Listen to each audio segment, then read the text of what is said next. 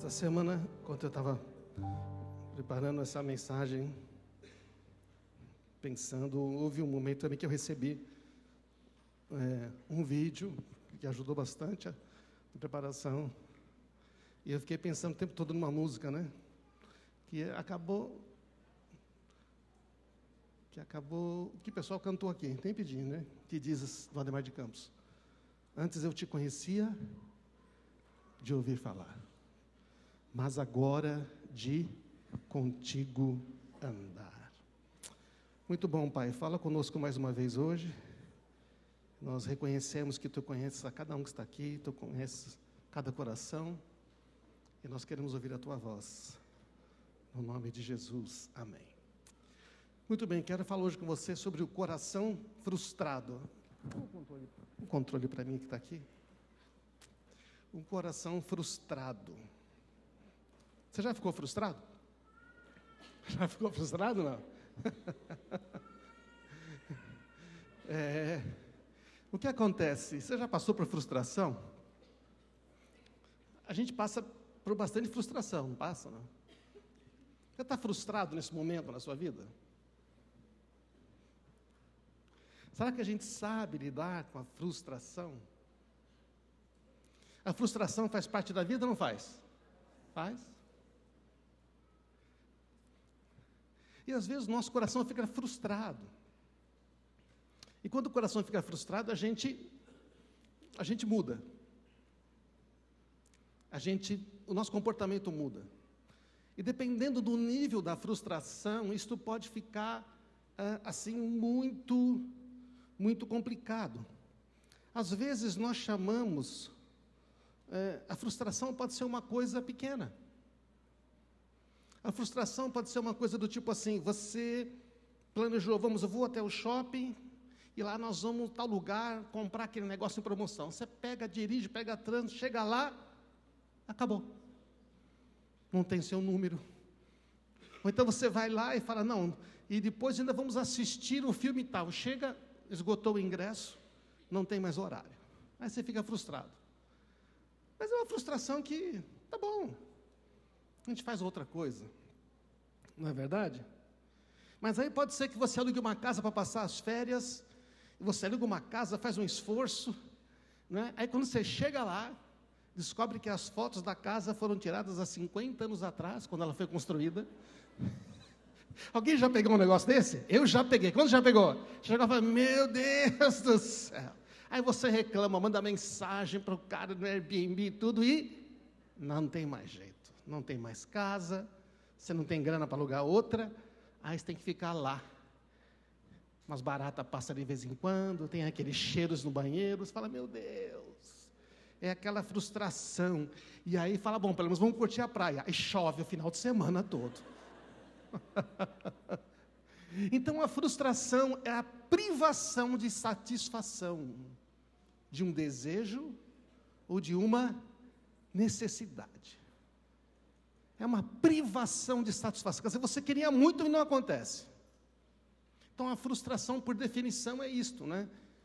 É a privação de satisfação. E existem também grandes frustrações. O que é uma grande frustração? Não é? Uma grande frustração. Às vezes lá o seu fim de semana que deu errado não mudou o curso da sua vida, mas há frustrações que parece que mexem demais com a gente. Verdade ou não? Mexe demais com a gente. Frustração de um curso que você não fez, de um trabalho que você perdeu, um dinheiro que você investiu, e aí você foi enganado e perdeu todo aquele dinheiro. Uma grande frustração é a não satisfação de um desejo e também a não satisfação de uma necessidade. Quando não é só um desejo, mas é uma coisa que você precisa muito, a frustração é maior, é ou não é? A frustração é maior. É uma coisa mas muito importante para o seu coração. É o que você sonhou, que você queria muito. E deu tudo errado quando você esperava que ia dar tudo muito certo.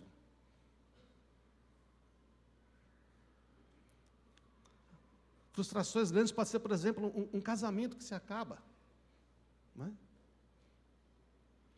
Você não consegue mais pagar um imóvel que você investiu tanto tempo e o banco toma e você fica sem nada.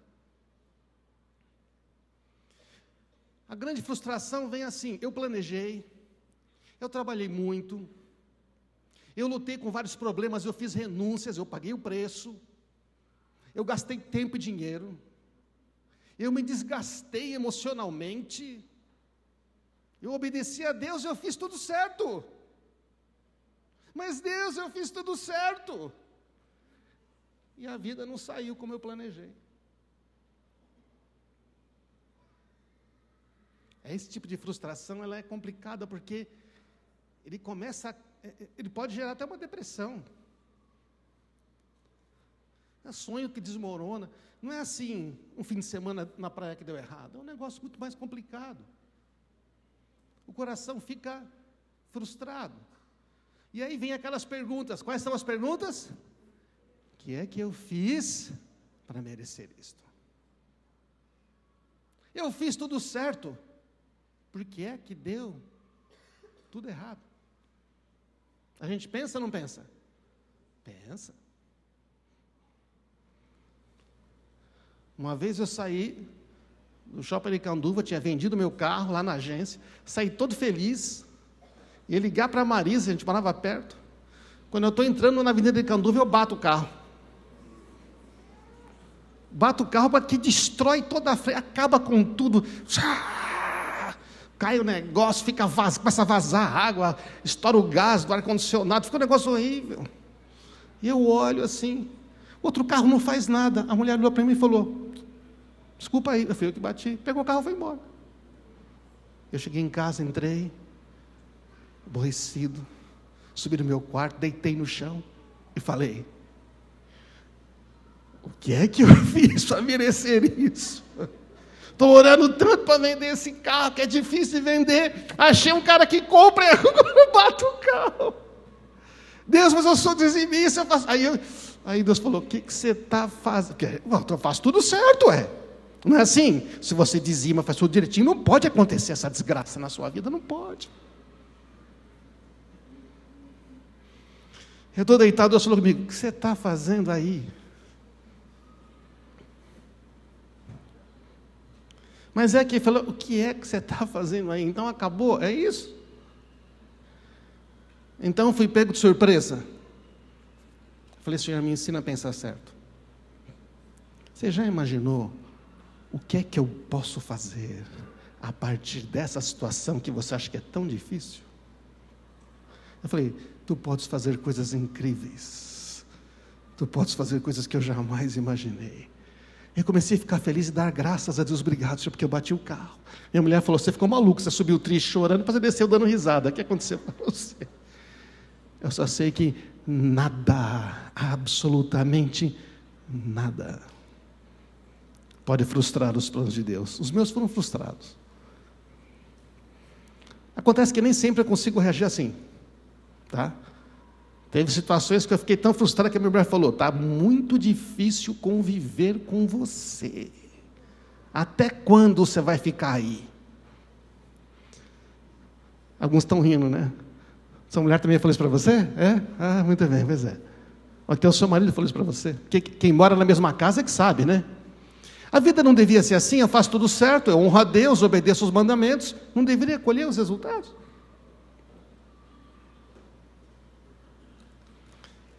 Mas e se fosse possível fazer tudo certo? E mesmo assim as coisas não saíssem conforme esperado? Esse é o caso de Jó.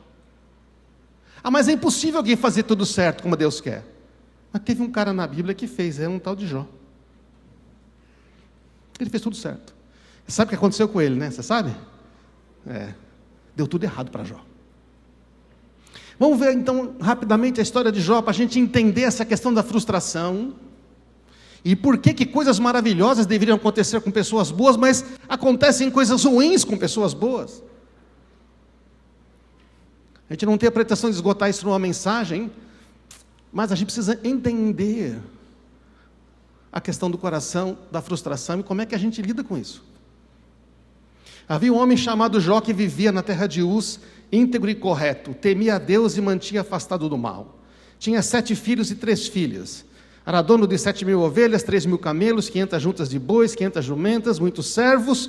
Na verdade, era o homem mais rico daquela região. Um homem abençoado por Deus. Os filhos de Jó se revezavam em preparar banquetes em suas casas, porque não tinha mais nada para fazer, certo? Não, era rico, não precisava, o pai sustentava. O que eles vinham fazendo? Fazendo banquete para lá, vou comer na minha casa, não, vou comer na minha casa agora, vamos na minha casa.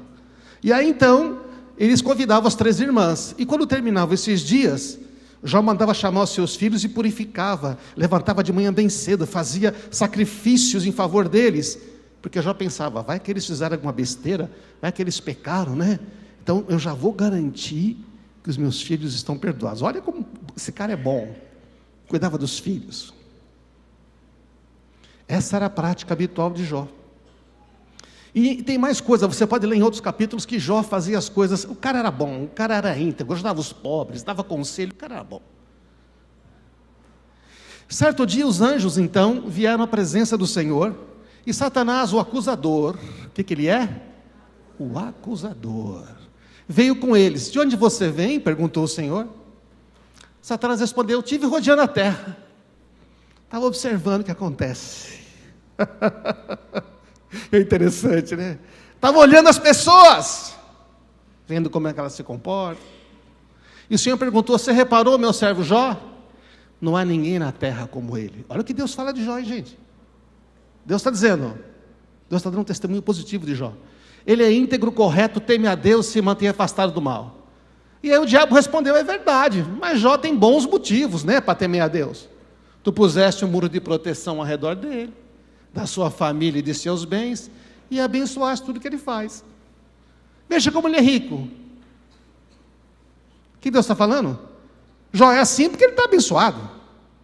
Estende a sua mão e toma tudo que ele tem, e certamente ele te amaldiçoará na sua cara. O acusador faz o quê? Acusa. Qual que é a acusação? Jó é íntegro, ele é justo, ele é correto, porque você, Deus abençoa ele em tudo.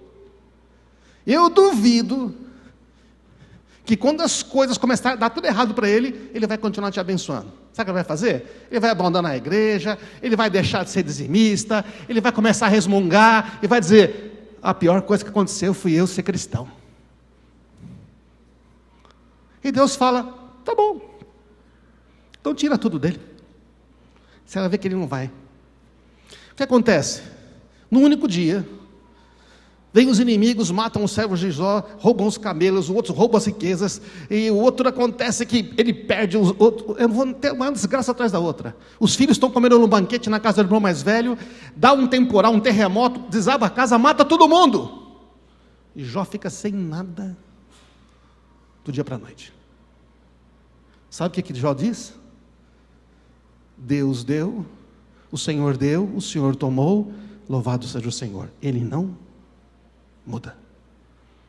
Então acontece uma outra coisa dessa, o diabo volta lá, fala, o que você está fazendo? Estava passeando na terra, viu meu servo Jó? Mas se ele ficar doente, se ele estiver morrendo, na hora que ele estiver ali, com a vida dele no pescoço, ele vai te amaldiçoar. Falou, tá bom, então toca nele, só não mata. E Jó fica doente, tem ferida para tudo quanto é corpo, toda a parte do corpo, está sentado no pó, na cinza, totalmente acabado.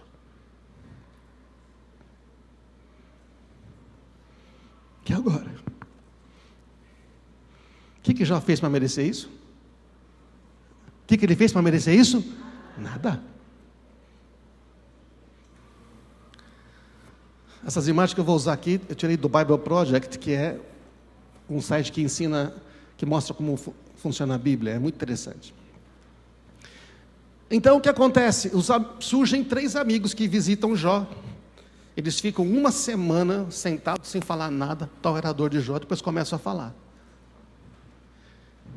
Esses amigos de Jó, o Elifaz, o Bildade e o Zofar, os nomes dele, eles eram filósofos, eles são sábios. Eles vão lá para falar para Jó por que a vida dele está dando errada. Eles vão dar uma explicação. A mulher de Jó já foi um pouco mais secona, falou, amaldiçoa Deus e morre. Aí a mulher dele abandonou ele. Então, essa situação terrível está acontecendo.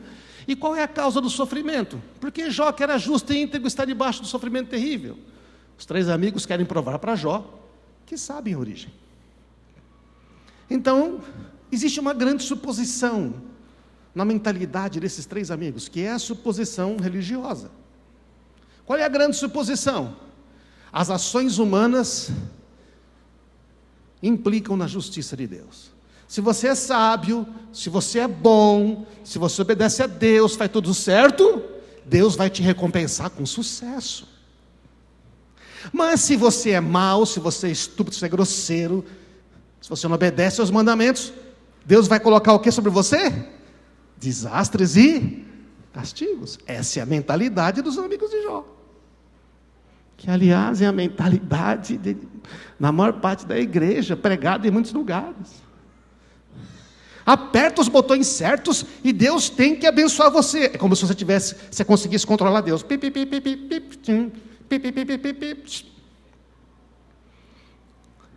Só que não está funcionando assim. Aí o que acontece? Aí você tem ao longo de Jó um livro de poesia, Jó é um livro de poesias, né? Alguns termos lá, eles não conseguem nem traduzir direito, porque tem uma referência tão antiga, eles não conseguem. Jó no capítulo 3, começa uma discussão entre Jó e os seus amigos. Jó fala, depois o Bildade, o Zofar, cada um vai falando. E começa aquele debate de um querendo ser mais sábio que o outro. E nesse debate, o que Jó diz basicamente? Diz assim, eu sou inocente. Meu sofrimento não provém da justiça divina, já que ele é inocente. E Jó está certo, né? Está certo porque a gente leu a primeira parte, né? Jó não sabe o que aconteceu na primeira parte. Nós sabemos. Deus falou, Jó é inocente. Então, qual é a conclusão de Jó? Deus não governa um mundo no molde da justiça. A conclusão de Jó é que Deus pode ser injusto. Olha, Deus não está aí governando o mundo mesmo. Sabe por quê? Aí Jó começa uma grande discussão, dizendo, olha, eu vejo pessoas ruins se dando bem, eu vejo os caras maus prosperando, os filhos dele tudo bonito, gordo, e eu vejo as pessoas boas na miséria, as coisas dando errado para quem deveria dar certo. Jó está observando o mundo. É verdade ou não é? Tem isso ou não tem? Tem. Então Deus não está controlando com justiça? Deus está aí, deixou o mundo aí. Olha a minha situação. E Jó começa a falar assim, mas Deus é injusto. Se eu fiz tudo certo, por que ele me trata assim? Olha o que Jó diz, vou colocar só alguns textos. Teu verdadeiro motivo, porém, tua real intenção era me vigiar, e se eu pecasse, não perdoar a minha culpa. O que ele está dizendo? Deus está em cima de mim, na hora que eu pisar na bola, ele, pá, te peguei. É verdade, essa é a mentalidade que muitas coisas têm. Eu lembro que eu fui ensinando assim, olha, Deus está vendo, hein? Quer dizer, na hora que você fizer errado, ele te pega. É assim, não é? Eu sou culpado, pior para mim. E mesmo que eu seja inocente, não posso manter a cabeça erguida, estou cheio de vergonha. Se eu mantenho a cabeça erguida, tu me caças como um leão, manifesta contra mim o teu poder. O que ele está dizendo? Mesmo que eu faça tudo certo, o senhor vem e acaba comigo. Repetidas vezes depois contra mim, sobre mim derrama a tua ira, crescente, me ataca como um exército. Deus está reclamando contra Deus, dizendo, Jó está julgando Deus, dizendo, você não trata comigo como deveria. Fala aí, você já reclamou contra Deus? Você já disse para ele que ele não estava fazendo o que devia com a sua vida? Tá, estou aqui. A gente nem percebe. Olha o que o Jó diz. Diz o que eu fiz de errado. A gente quer saber isso, não quer? O que a gente fez de errado? Diz o que eu fiz de errado. Mostra a minha rebeldia e meu pecado. Por que se afasta de mim? Porque me trata como teu inimigo. Deus, não entendo. Jó está numa montanha russa emocional, ele não entende. Se eu estou sofrendo é porque fiz algo errado. Então me mostra o que é. para que eu faça o que é certo e a minha situação mude. Esse é o lamento de Jó, mas Deus não responde nada. E os amigos de Jó, sabe o que eles fazem? Desce a pua em Jó. E mete o porrete em Jó, dizendo, cara, é você que está errado. Sabe por quê? Porque a mentalidade, a frustração de Jó, olha que interessante, irmãos. Meus dias chegaram ao fim. Minhas esperanças se foram. Os desejos do meu coração não se realizaram. Olha que texto esse. Os desejos do meu coração não se realizaram. Eu estou frustrado. Eu não pensei que ia acabar assim. Para onde eu vou agora? O que é cruel é que Jó relata exatamente situações da vida que nós passamos. É verdade ou não é, gente? Então, os amigos de Jó, que estão descendo a pua nele, olha o que os amigos de Jó pensam. Os amigos de Jó pensam assim, Deus é justo. Portanto, a implicação é que Deus governa o mundo nos moldes da justiça. Deus sabe o que faz. Qual é a conclusão? Jó deve ter pecado. Porque Deus destrói o mal e abençoa o bom. Se Jó está nessa situação, alguma coisa errada ele fez. Quando os discípulos encontram um homem cego de nascença, eles perguntam para Jesus, mestre, quem pecou, ele ou seus pais, para que nascesse cego? Esta é a mentalidade humana religiosa. Tudo tem que ter uma explicação. Tudo tem que ter uma causa e efeito. Então os amigos de Jó pensam dessa maneira, e eles passam, não é, a maior parte dos capítulos descendo a pua em Jó. Até quando você vai continuar a falar assim, Jó? Sua palavra parece um vendaval. Será que Deus perverte, é justo? O Todo-Poderoso distorce o que é certo? É verdade, ele não faz isto. A premissa está certa, a conclusão é falsa. Você entende? Por que é um sofisma? Tem verdade, mas ela não conclui da maneira certa. Então, certamente seus filhos pecaram contra ele, por isso receberam o castigo devido. Ó Jó, Deus só funciona assim, ó, pá. Mas se você buscar a Deus, se você clamar ao Todo-Poderoso, se você for puro e íntegro, quer dizer, tudo depende de você, da sua capacidade, da sua justiça própria. Se você fizer tudo isso, Ele sem demora vai agir em seu favor, e vai devolver o que por direito lhe pertence. Quando está a mensagem dizendo, Deus me devolve o que é meu, resgata de volta para mim, exigindo de Deus, para com essa besteira, mano, Deus é o Todo-Poderoso, o que é que a gente sabe? Por quê? Porque eu estou no centro, o que interessa sou eu. Embora tenha começado com pouco, você vai ter muito. Quantas vezes a gente ouviu mensagem assim, é verdade? Eu até preguei algumas assim. Esta é a mentalidade dos amigos de Jó.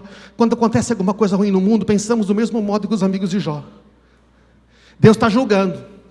Não é isso não? Deus está condenando os ímpios, os maus, os injustos. Deus está punindo os que não obedecem. Eles não se arrependeram, então Deus está destruindo. Agora deu um terremoto. 25 mil pessoas morreram na Síria, na Turquia, 5 milhões de desabrigados. E já tem algum cristão dizendo, é Deus, é juízo. Lá não tem o jihadista? Lá tem os caras, é Deus.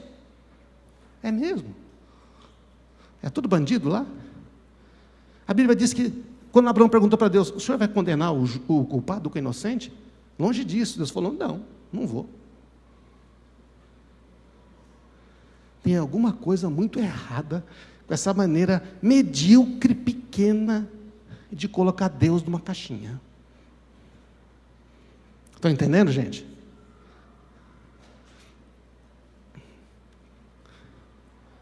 O Bildade, um dos amigos de Jó. Imagina, se esses caras são amigos, hein, gente? Você imagina os inimigos, não é verdade? Não. Esses são os amigos, tá? Olha o que o amigo de Jó falou para ele. Sobre o ímpio. O ímpio não terá filhos nem netos, nem haverá sobrevivente no lugar onde morava. Bom, Jó ficou sem filhos, sem netos, sem sobrevivente. No oeste ficarão espantados com seu destino, no leste ficarão tomados de horror. E dirão: esta era a habitação de um perverso.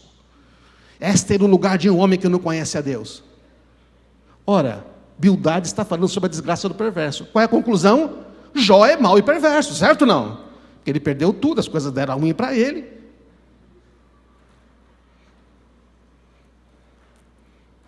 É debaixo dessa pressão que Jó está. E Jó está nessa montanha-russa emocional. Por que Deus negou a minha justiça e amargurou a minha vida? Tem hora que Jó fala: mas Deus é bom, Ele é justo, a minha esperança é nele. Depois ele volta: mas Deus se voltou contra mim. Jó fica assim, ó. Não é assim que a gente fica? Quando as coisas dão errado, a gente não entende. A gente fica numa montanha-russa emocional. Ora a gente agradece a Deus, ora a gente não consegue, fala: Deus, por que eu estou passando por isso? E a gente fica assim. É Jó.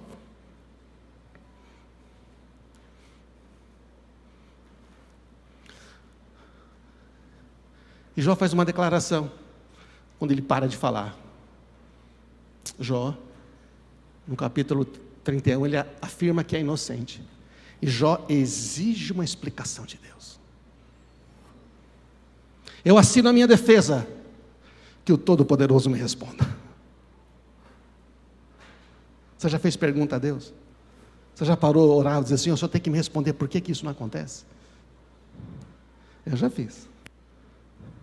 A gente quer uma explicação.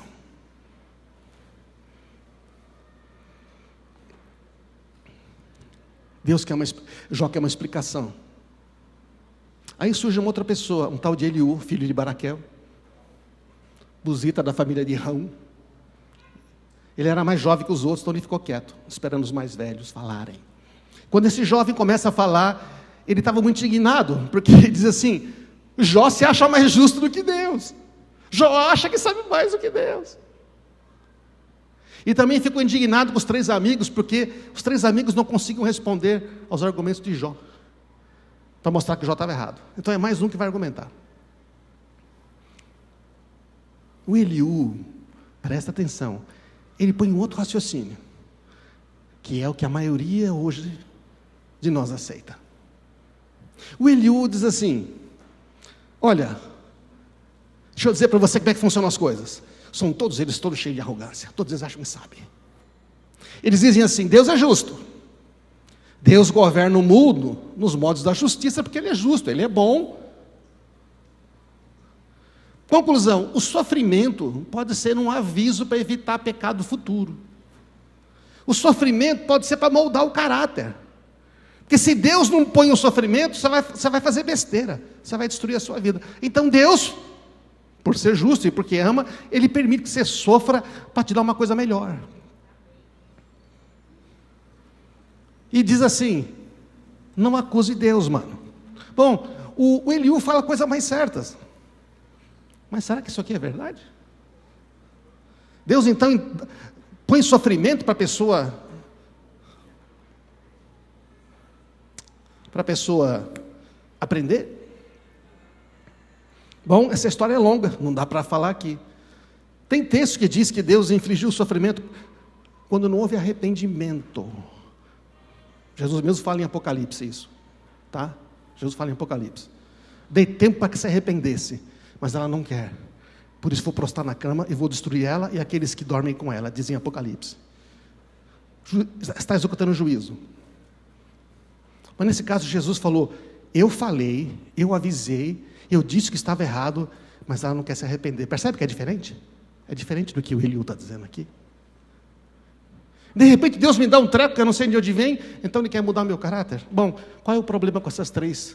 O Eliú também diz assim: ninguém pode julgar Deus com sua sabedoria, está certo. Deus julga muito com justiça, mas nós não vemos como Ele vê, está certo. Não sei porque Jó está sofrendo, ele está certo, os outros acham que sabem, ele fala: eu não sei, ele está certo, ele está mais certo que os outros. Desculpe. Não sei porque Jó está sofrendo, talvez não seja porque Jó é mau e perverso, mas porque talvez ele poderia se tornar. Se Deus não põe sofrimento em você, cara, você vai fazer besteira com a sua vida. Já ouviu sobre isso? Já ouviu assim dizer isso para você? Então Eliú oferece a sua teoria sobre como Deus governa as coisas neste mundo. O sofrimento para ensinar a pessoa e impedir ela de sofrer algo pior. Não se conforme. O problema com essas 3 teorias. Todos querem dar uma explicação. Como o homem vê, como Deus vê o homem, como ele julga a sua justiça própria.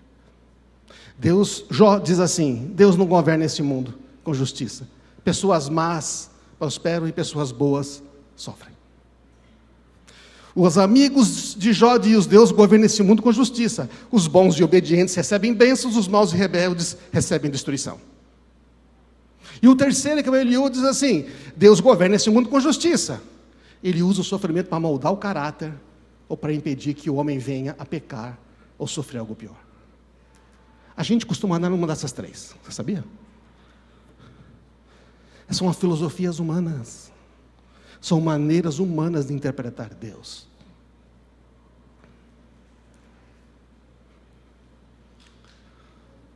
Qual o problema com essas 3 teorias? Todas elas estão centradas no homem. Você percebe? Na capacidade humana de ser certo, de ser bom, de ser justo pelas próprias forças. Não há um justo, um só sequer.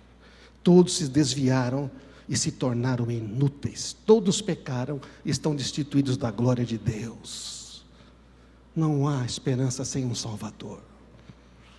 Mas nós, os homens, achamos que sabemos como funcionam as coisas.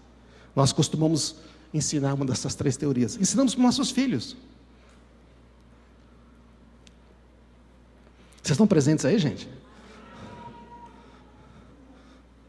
Vamos para a conclusão, então. O que acontece? Deus, então, aparece. No meio de um redemoinho. É como se fosse uma tempestade que desce do céu. E Deus troveja e fala ali: quem é esse que questiona a minha sabedoria com palavras tão ignorantes? Ele está se dirigindo a Jó.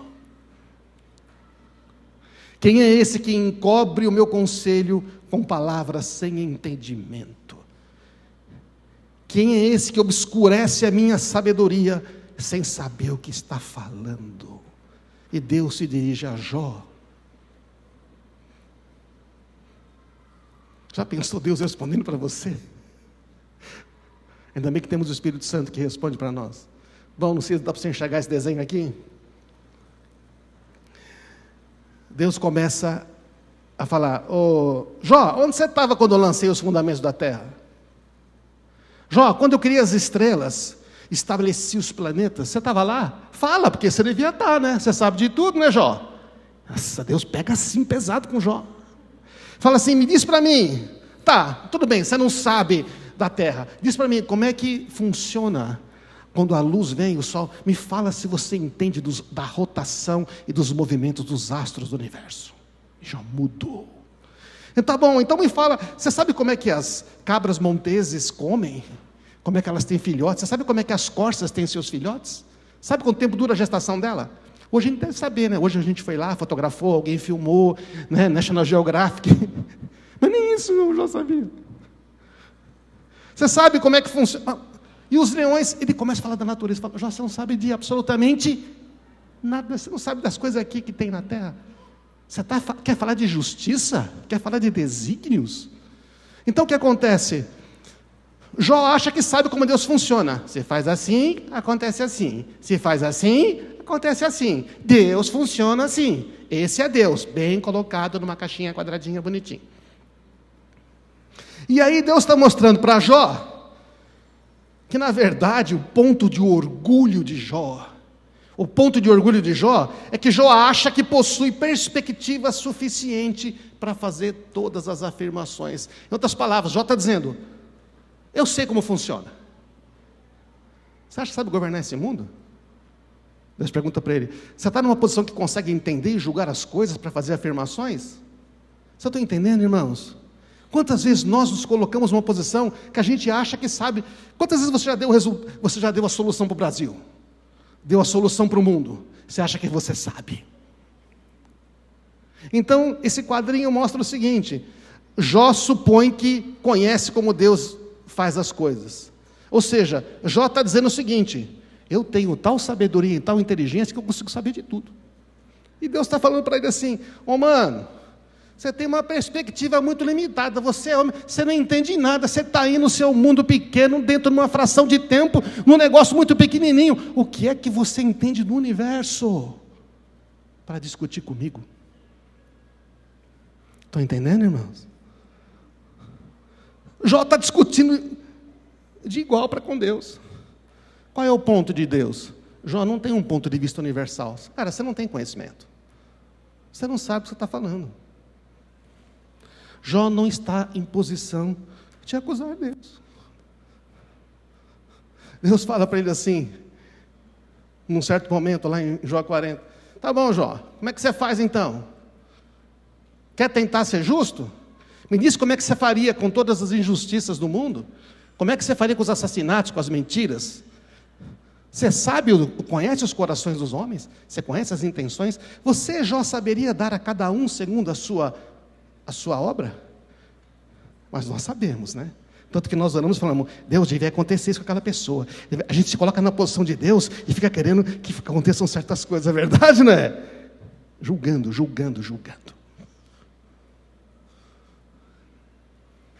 Deus diz para Jó: você quer discutir ainda com o Todo-Poderoso? Você critica Deus, mas será que tem as respostas? Olha que legal isso. Você tem as respostas então? Vocês estão entendendo, irmãos? Você vai pôr em dúvida a minha justiça, vai me condenar só para provar que você tem razão? Deus não dá uma explicação para o sofrimento de Jó. Aliás, o livro de Jó não é sobre sofrimento. Você sabia? Não é sobre sofrimento.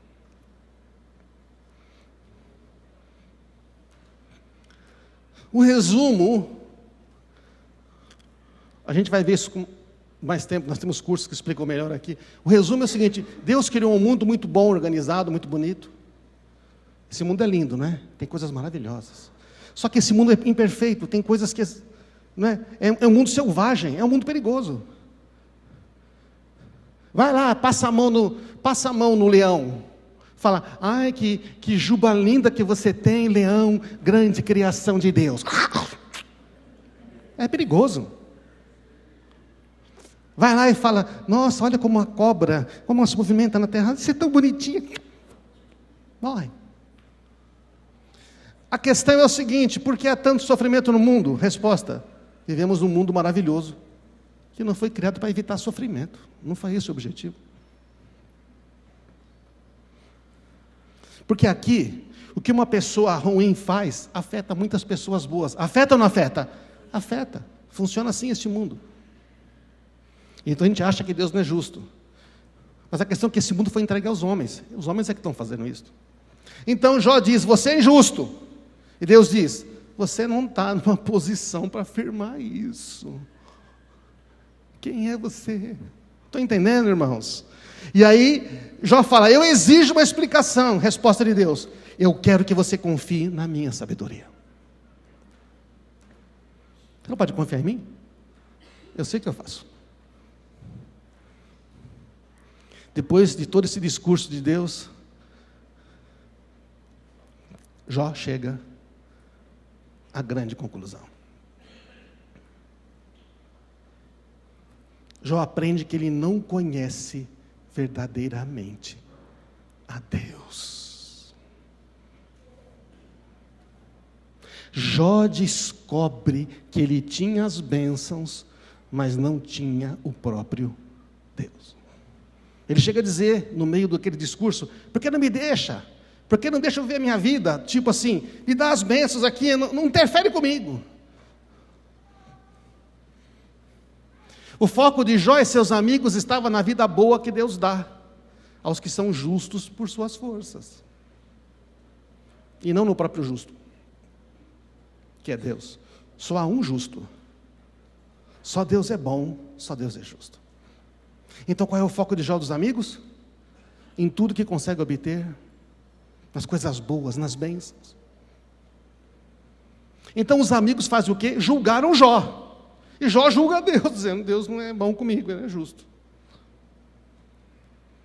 Então o livro de Jó trata da maneira como nós enxergamos a justiça, as bênçãos. Não está falando de sofrimento.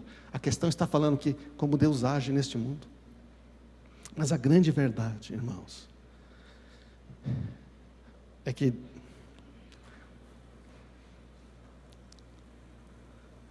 Jó não conhecia Deus. E Jó se arrepende. Jó diz assim: sei que podes fazer todas as coisas, e ninguém pode frustrar os teus planos. Olha que legal. Frustração de planos. Jó teve o plano do seu coração frustrado. Perguntaste quem é esse que com tanta ignorância questiona a minha sabedoria? Sou eu. Sou eu que falei de coisas que eu não entendia, coisas maravilhosas demais que eu não conhecia. O Senhor disse: ouça, eu falarei, lhe farei algumas perguntas e você me responderá. Antes eu só te conhecia de ouvir falar. Agora eu te vi com meus próprios olhos. Uma outra versão, como o Ademar usou: antes eu te conhecia de ouvir falar, mas agora que eu conheço a Cristo Jesus, agora que o Espírito Santo habita em mim, mas agora de contigo andar. Tu és meu bem supremo, meu Rei, Senhor e Pai. Agora tu és o primeiro. Eu estava buscando outra coisa. Eu buscava as tuas mãos, não o teu coração. Retiro tudo que eu disse e me sento arrependido no pó e nas cinzas. Quando Jó faz isso, sabe o que Deus fala? Deus fala: que bom, Jó. Jó é honesto com Deus. Jó falou as coisas que estavam no coração dele para Deus. Jó falou um monte de besteira para Deus. E sabe o que Deus falou de Jó? Deus falou assim para os 3 amigos: vocês não falaram corretamente sobre mim, mas o meu servo Jó falou. Mas Jó falou um monte de coisa. Então, se você estava lendo aí os 3 amigos de Jó e pegando a filosofia de vida deles, Deus falou: besteira, eles não falaram. Deus honrou a luta de Jó, a honestidade de Jó. E Deus falou: Jó, ora pelos seus amigos. Jó ora pelos seus amigos. Enquanto Jó ora pelos seus amigos, Deus muda a sorte de Jó. Veja, Jó se arrepende. O que é que Jó fez agora, depois de todas as besteiras? Nada. Jó só conhece a Deus. E Deus abençoa Jó com o dobro de tudo, mesmo sem Jó merecer. Diz que Deus deu o dobro de camelos, de ovelhas, de bois e de jumentos e de recurso financeiro. E deu mais 7 filhos e mais 3 filhos. Por que ele não deu o dobro? Ele deu. Os outros estavam na eternidade e iam encontrar com ele. Amém? Porque Deus não é injusto. Deus dá de graça para Jó. Quando simplesmente Jó falou o quê? Eu quero te conhecer.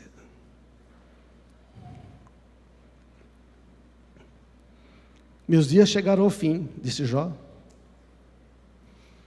Minhas esperanças se foram, os desejos do meu coração não se realizaram. A frustração. Olha o que Jó diz: eu esperava o bem, mas em seu lugar veio o mal. Eu aguardava a luz, mas veio a escuridão. Meu coração está agitado e não sossega. É interessante, não é, gente? Quantas vezes estamos assim? Quantas vezes eu passo por isso? Dias de aflição me atormentam.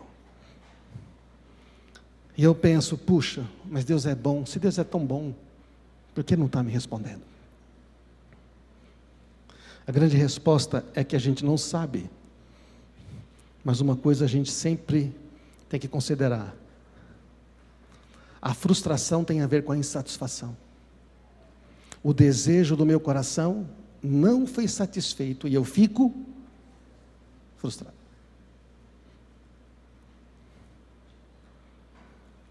Percebe qual é o problema? Quanto maior o desejo do meu coração por alguma coisa, maior será a frustração se eu não conquistar. Maior vai ser a insatisfação. Então eu me volto para Deus e digo: o que é que está de errado? O que é que eu fiz de errado? Surge a pergunta final: onde meu coração tem buscado satisfação? Esse é o ponto. Onde meu coração tem buscado satisfação? Porque quando as coisas não saem como eu penso,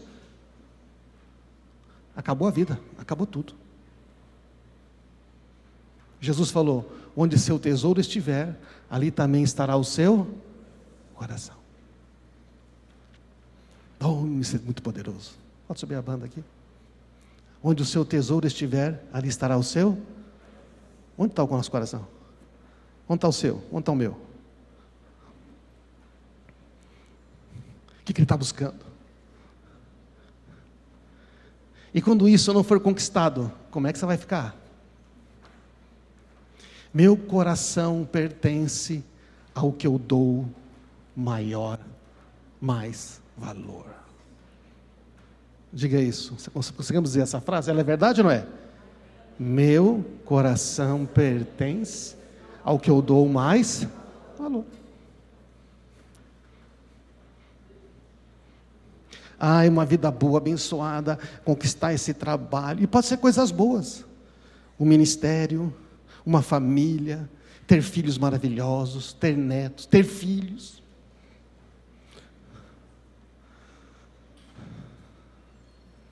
Espera aí, pastor, será que está me confundindo agora? Você não fala nesse púlpito que Deus ama dar boas coisas aos seus filhos? Você não fala nesse púlpito toda hora que Deus está interessado em abençoar você e já sabe o que você precisa? É verdade, isso, uma coisa não anula a outra, entendeu? O problema está o que é que o seu coração persegue. Deus fala: você pode pedir o que você quiser, você pode pedir coisas boas. Aliás, se você não pedir, você não vai ter. Então peça, peça e você vai receber, busca, você vai encontrar, bate, a porta vai ser aberta. Só que não é isso que está falando. A questão é: o que é que mais o seu coração anseia? Só vou ser feliz quando obtiver o casamento, o namoro, o emprego, o curso. Mas não é Deus. O ministério. Quando eu começar a falar, e quando eu começar a pregar, e quando eu começar a pôr as mãos, as pessoas ficam curadas, aí sim, não, aí sim. Se o meu coração pertence a Jesus, então é porque eu dou mais valor a Jesus. Se o meu coração pertence a Jesus, é porque eu estou buscando em Jesus a minha satisfação.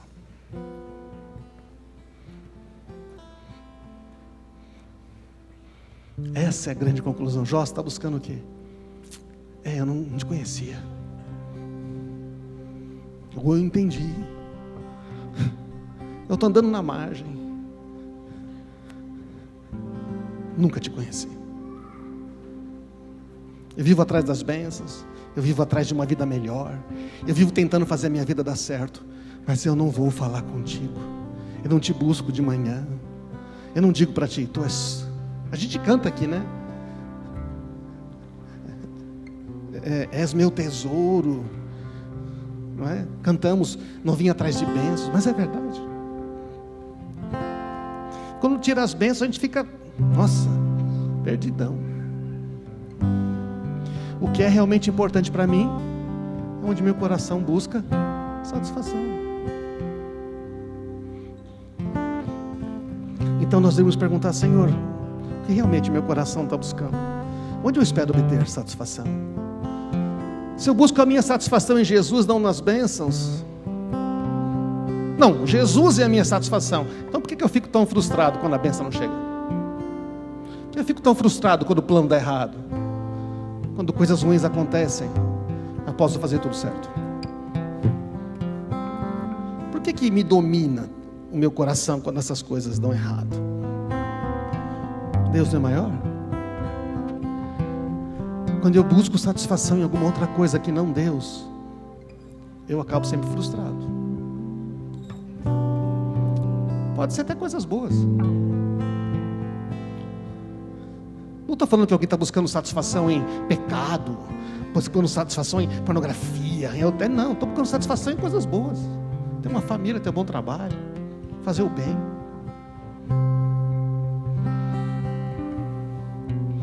Quando o maior desejo do nosso coração é ter uma vida melhor, as boas coisas de Deus, a gente se torna egoísta, é verdade ou não? Torna egoísta.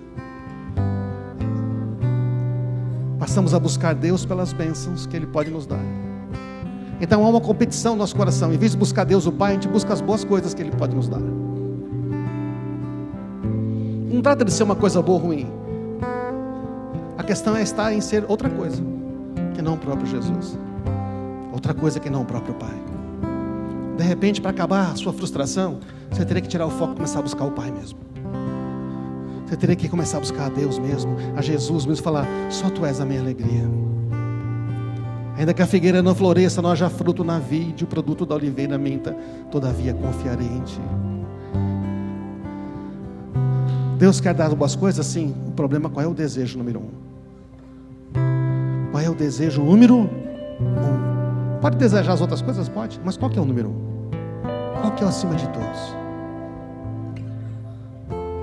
Senão, quando você tem um emprego bom, você está feliz. Quando você perde o emprego, você está triste.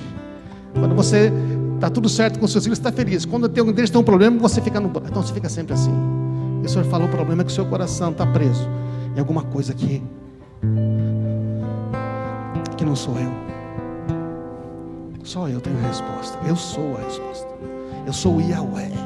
Eu sou o El Shaddai. Eu sou aquele que existe. Eu sou aquele que é. Somente em mim você encontra plenitude.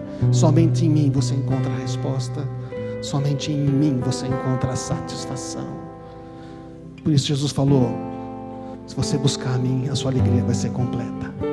Busque no Senhor a sua alegria, a sua satisfação, e Ele concederá os desejos do seu coração. Primeiro Ele. Primeiro Ele, irmãos. Vamos ficar de pé.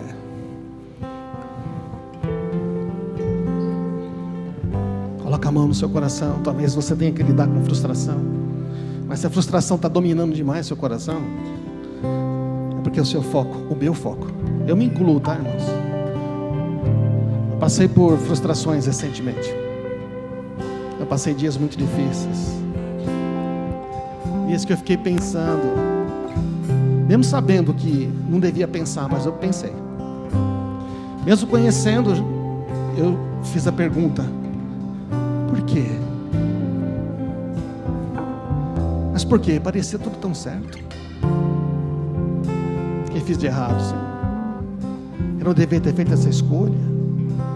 E conforme eu orava, eu simplesmente não fiz nada de errado. Só que o meu coração estava buscando mais isto, estava desejando mais outra coisa que não Deus. Falei: obrigado, Pai, porque eu disse um dia que eu não quero desejar mais nada além de Ti.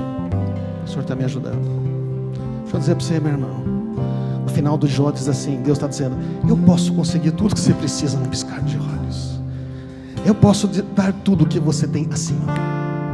A questão não é isso, a questão é se você vem a mim, se eu sou o primeiro, se eu sou a grande razão do seu coração.